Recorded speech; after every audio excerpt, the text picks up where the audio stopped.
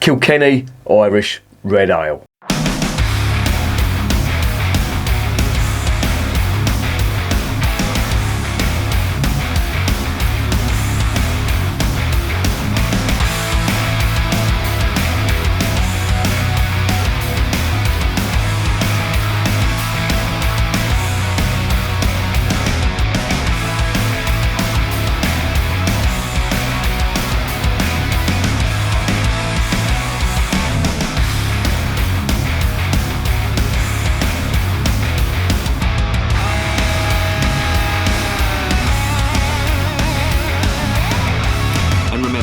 Life is too short to be drinking shitty beer.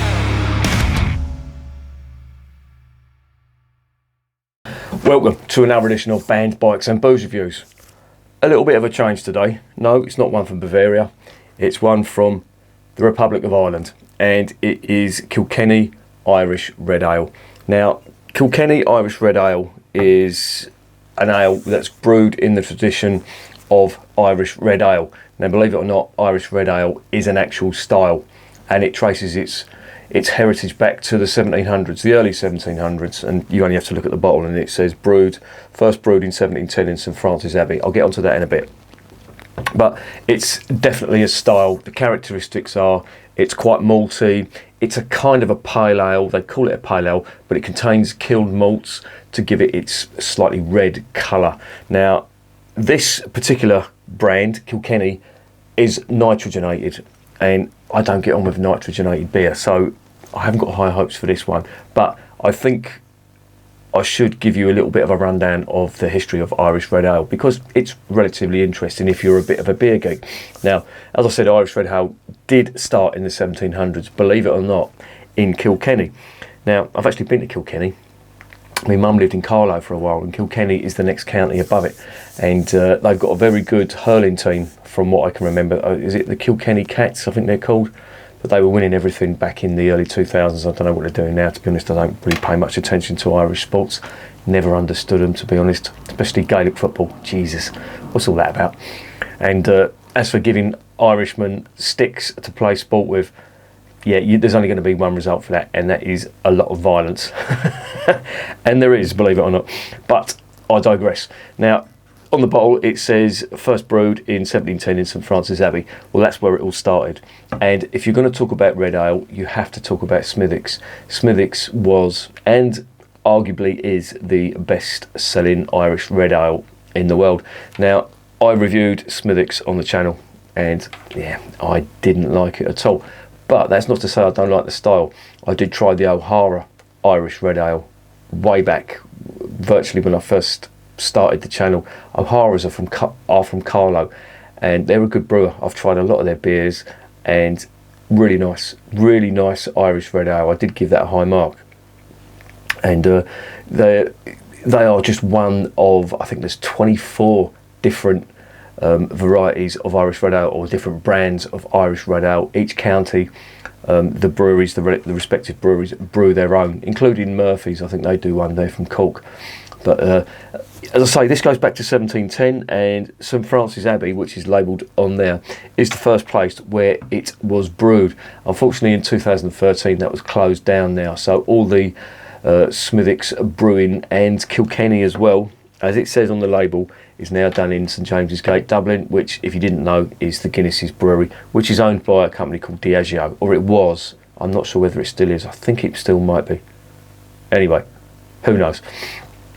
But believe it or not, it was only up until 1965 that you could get Irish Red Ale abroad. And when I say abroad, I mean outside of Ireland. It was a uniquely Irish type of ale. They obviously didn't call it Irish Red Ale. It was just called Red Ale, or whatever they wanted to call it.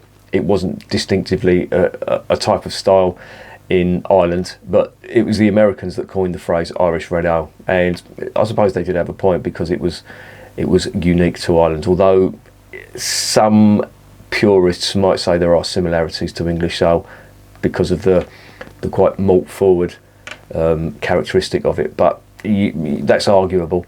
But now this is brewed by Guinnesses in St James's Gate, Dublin. Guinness is, of course, being a massive brewery worldwide. They have breweries all over the world. The biggest one, of course, is in Ireland, St James's Gate. That has been going for years. I remember as a kid, my mum actually lived in where St James's Gate is. She lived round the corner, and I remember her taking me back there when I was a kid. I think I don't know, I must have been 8 or 9. They lived in a place called the Liberties. My mum and dad were both from Dublin, and they both from a place called the Liberties, and the brewery's just round the corner.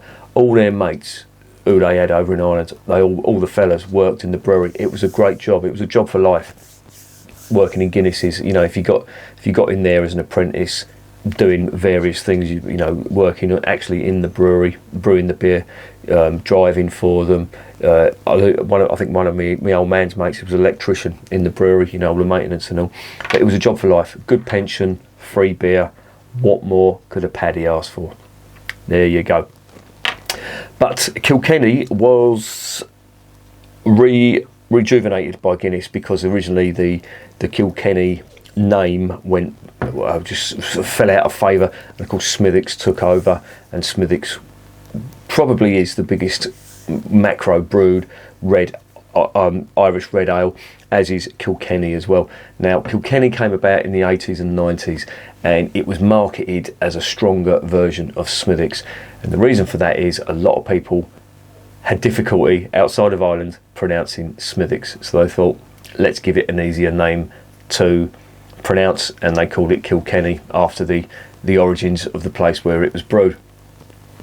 The main export countries at the time and now as well are Canada, New Zealand and Australia.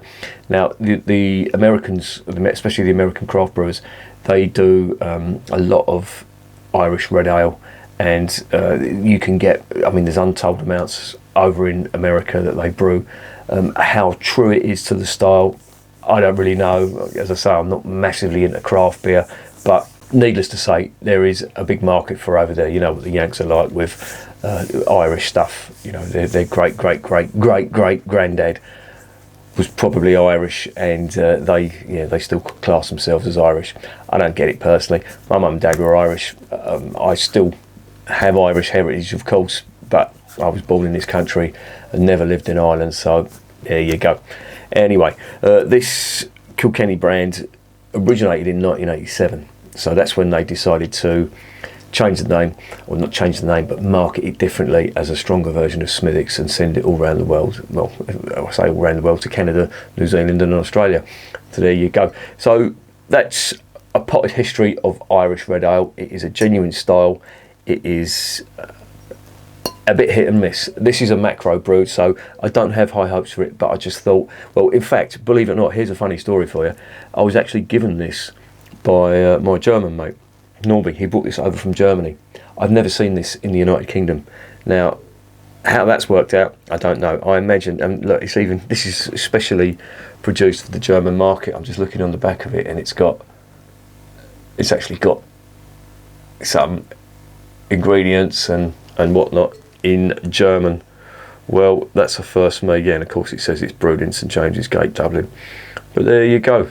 Just a little bit about the ABV.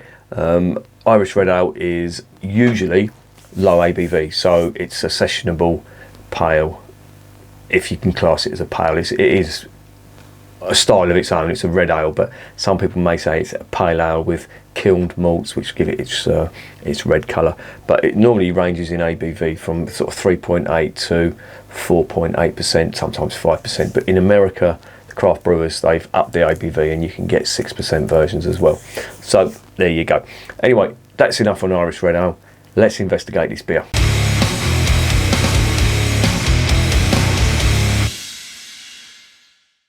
Right, this is a 500ml bottle. It's 4.2%. There's no brew sheet on this. I don't know what they put into it aside from roasted malts, which of course they use in Guinness as well. So I imagine it's the same kind of malts that's used in Guinness, but obviously not roasted as much. Now, little aside, Kilkenny, when they originally brewed it in here, and this is, I wouldn't say it's unique to Ireland, but especially around Kilkenny, there was an abundance of corn, and this was used for malt for Irish Red Ale back in the 1700s. But as you may or may not know, if you know your Irish history, there was famine over there back in the 1800s, and that was devastating for the country. Some argue that the British exacerbated it, but it was a potato blight that caused that, and corn was used as a substitute to feed the people, or not, as the case may be. Many people emigrated to either England or sometimes even Australia if they were naughty boys, and to avoid the famine over there. Very traumatic time for Ireland, very traumatic time in Ireland's history, and as I say, a lot of people do hold the British responsible for exacerbating that. Whether that's true or not, I don't really want to get into the politics of it, because it is a very touchy subject. So there you go. Let's get it open. Let's see what's going on.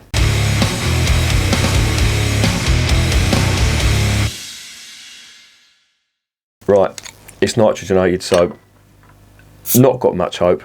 It'll probably give me a headache, but let's try it. I've got it, so we're going to try it anyway. Now, I do recall a mate of mine drinking a can of this years ago. I don't know where he got it, so this is available in the UK, as I said, but I've never seen it personally. As I can't find Murphy's. A lot of people ask me to review Murphy's Stout. Can I find it anywhere? Nope.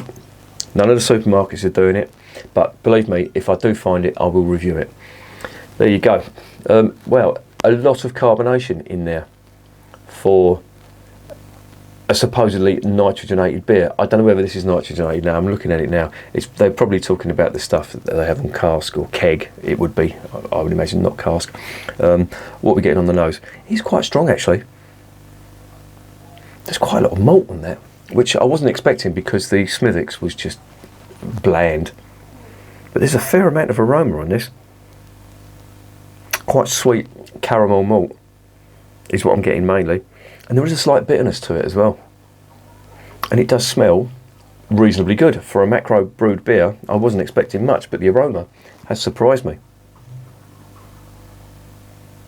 There's a definite sweetness to it, I can get that. And I'm sort of glad that it's not nitrogenated, because that does fucking not agree with me. Okay, so caramel malt, a little bit of hop spice. I would imagine they're like sort of Fuggles hops, probably some other type of hop as well. English style hop with some spicy bitterness on there, probably some kind of Golding that's on there. Anyway, smells surprisingly better than I thought it would. What does it taste like? Let's find out.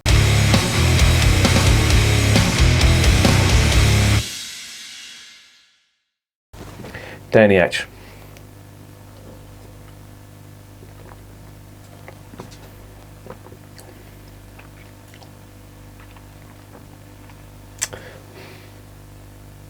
And you know what? That isn't the worst beer in the world. Not much of a flavour on it. I'll say not much of a flavour, not much of a finish on it. But it's relatively pleasant. It's not nasty at all.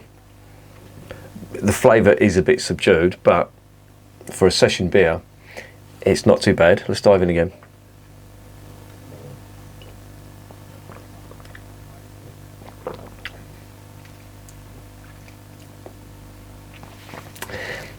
Yeah, so most of the flavour is on the palate, and it's sweetish caramel malt. There's a slight spiciness to it as well, but that's subdued. This is all about the malt, and it's it's more or less caramel with a real subtle hint of toffee on it, but it's more caramel, I have to say. You do get that roasted element to it, but it's subtle. Everything's subtle on this.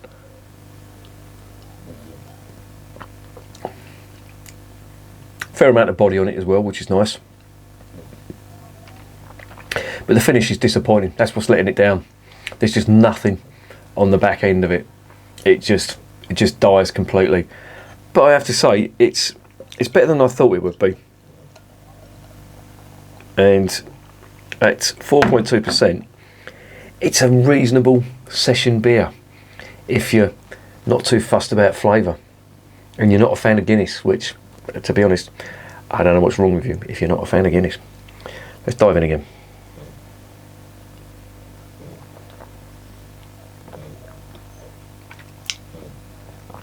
Not bad. It's come out of the fridge, and I wouldn't say it's cold. I'd say it's just chilled, bordering on cellar temperature, and I think that's probably the type of temperature you should be drinking at.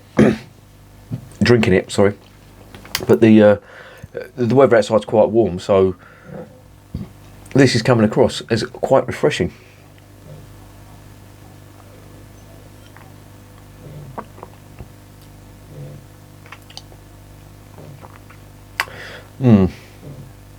It's not unpleasant. It just doesn't fill me with enthusiasm because of the finish or the lack of finish. There's a reasonable amount of flavour on the palate, and you're half expecting there to be a big finish on it, maybe malt, maybe caramel malt, maybe some hop bitterness on it. But there's neither. It just dies completely.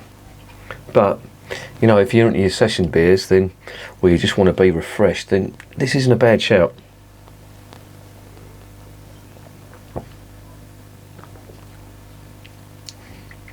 Flavours are subdued. You really have to dig deep to get them caramel malt flavours. But unlike the Smithwick's, it's not nasty. I quite like it.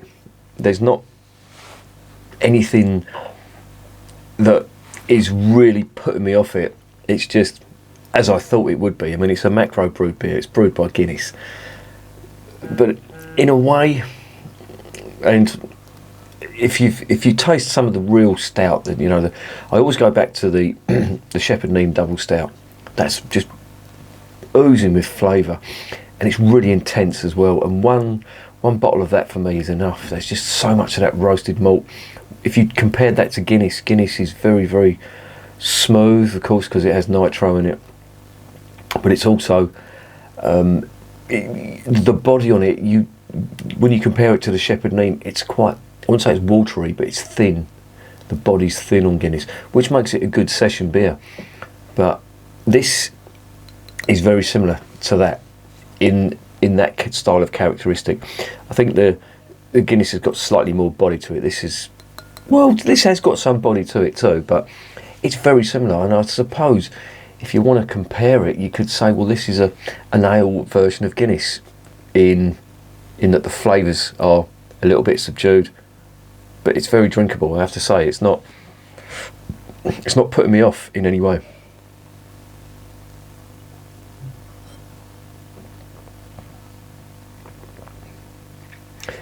Yeah, vague caramel malt. There's a slight sweetness to it as well,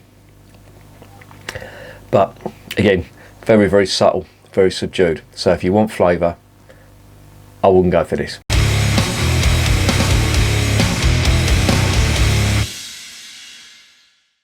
So, what is the verdict on Kilkenny Irish Red Ale? Well, this is one of the two biggest selling Irish Red Ale beers in the world, and to be honest, I didn't have much hope for it.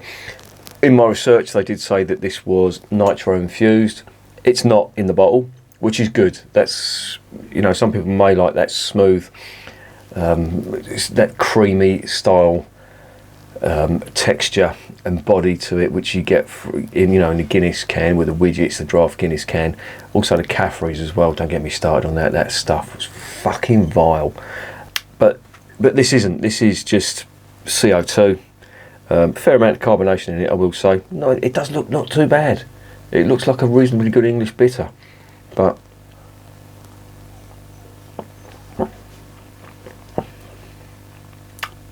there is a sweetness to it, and a caramel sweetness to this, which is about the only flavour you're going to get. You're not going to get anything on the finish, or if you do, it's minimal. It's quite refreshing, as this is cold. I would say drink this cold if you are gonna pursue this. Very, very hard to find in the UK. I imagine if you're in Canada, if you're in Australia, New Zealand, where this is exported to, you may find this a lot easier. But I've not seen this over here in years. I went to a party. Blimey, this must have been about, it's over 10 years ago now. No, actually, I'm saying 10 years, it's nearer 20 years, and one of my mates had a can of this. I'd never seen it before, and I don't think I tried it. I'd bought something else with me, something fucking dire, some dire macro brewed lager, but he was drinking this. I'd never seen it before, but it's nothing to write home about. It's not going to get me hunting this down on online beer retailers.